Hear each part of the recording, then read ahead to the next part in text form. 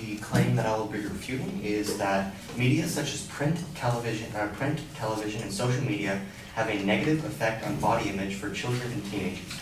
What I'll be doing here is I will be showing how the evidence used in some cases is not representative of all children and teenagers, and I will be talking about the cause and effect, whether or not it is the social media that is causing the problems, or if it's these people are having problems and it's exacerbated by social media. So, Miranda's first secondary claim was that media portrays unhealthy and stereotypical ideas of body image. She supports this with a study that says that women portrayed in TV shows are noticeably skinnier than men. I am saying that is accurate, and I will be using the National Institute of Diabetes and Digestive and Kidney Diseases, in which they show that while 73.7% of all men in the United States are considered overweight or obese, for women that statistic is 66.9%. So while in media it may be exaggerated, it is more likely for a woman to be skinnier or have a lower BMI than a man. Her second point in here was a study from the Minnesota Association for Children's Mental Health. It stated that 69% of the students in the survey had their concept of an ideal body influenced by social media, and that 47% of those people wanted to lose weight because of it. What I believe is wrong with this study is that there are, in that age range, 49.5 million children that fit within that age range, and the amount of people that were in this study was 548 5th through 12th grade girls were in a working class suburb in the northeastern United States. So we have a very small study, and we have a very specific portion of the United States, and she's using that to say it is across the entire United States. So my counterclaim for that first one is that while not an accurate depiction of the American demographic, it is more accurate to have female stars appear thinner than they are statistically more likely to be. Her second secondary claim is that media portrays unhealthy body images which have a harmful effect on children's eating habits. She has evidence that states that social media is one contributing factor, and that phrasing is important as that's what's in the actual study, and I believe that while yes, it might be a factor, other factors such as poverty, bullying, abuse, family issues would be more serious when considering their eating habits and how they view their own body. She goes further on in this point to say that people who have anorexia or bulimia, people who have eating disorders, that when they are browsing social media, that when they come across posts like Thinspiration, Thinspo, they can be triggered. They can go into an episode of anorexia or bulimia, and I believe that isn't an incredibly useful comparison to make, because I believe that anorexia or eating disorders can be considered similar to an addiction. So I'm relating this to an alcoholic walking down the street with bars on one side. They are sort of tempting themselves by looking for these posts, and I believe that that is why her reasoning is faulty here.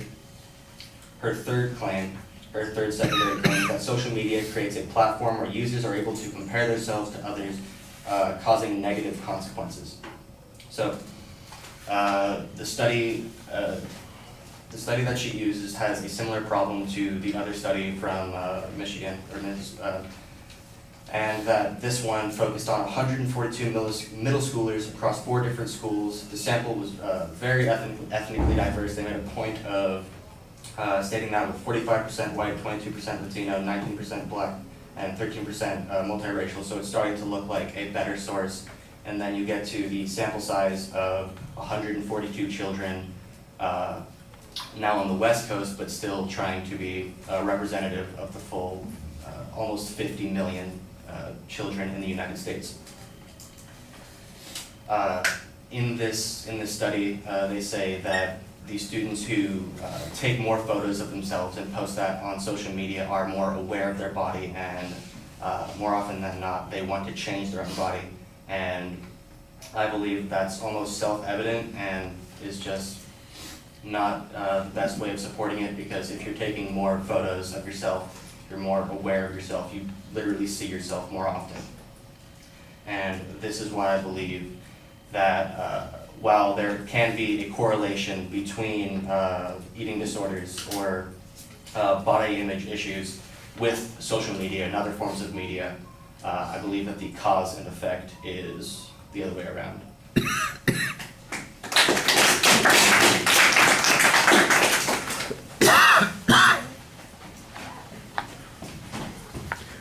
All right, well, the identification of the claim is fine. On the first point, the focus on body image and the differences between how people are portrayed in the media.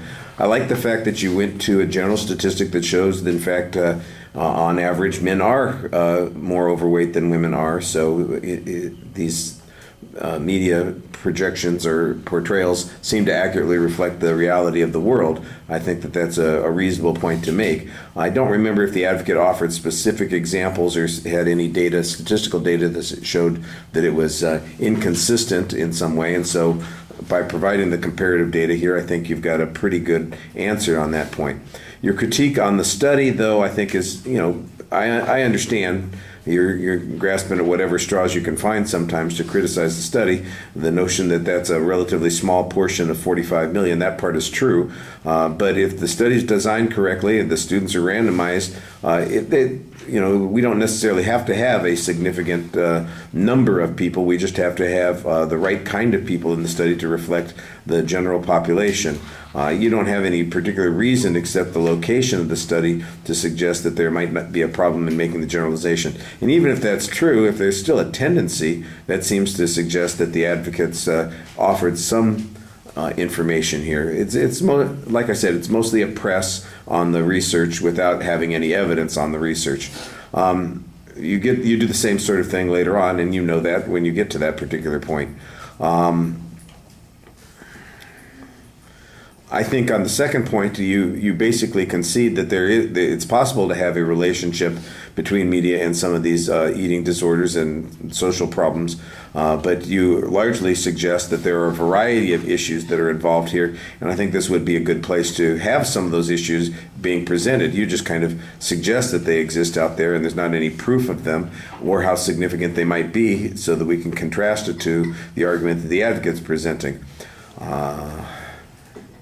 The analogy of Thinspiration and other websites to bars, and that people who have these problems with their self-image, it's the equivalent of an alcoholic going into a bar, that they are in essence provoking themselves. I appreciate that concept. It does make us probably more sympathetic to the position that you have. I'm not sure that that's anything more than a figurative comparison, but it is one that kind of explains the point of view that you're presenting.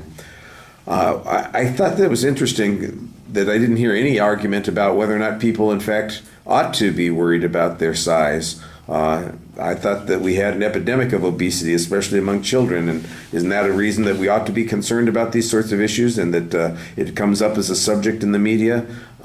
That is largely excluded from the discussion, and it seemed like that was low-hanging fruit that would be available for you to make an argument about. And then, like I said, you do the same kind of critique of the study at the end of the second study. The photo argument is, self-fulfilling for the most part. I understand the cause-effect argument that you're making there. That's okay. Mostly a lot of presses and some reasonable questions. I think you could have developed a couple of arguments to make your point more effective. All right, thank you.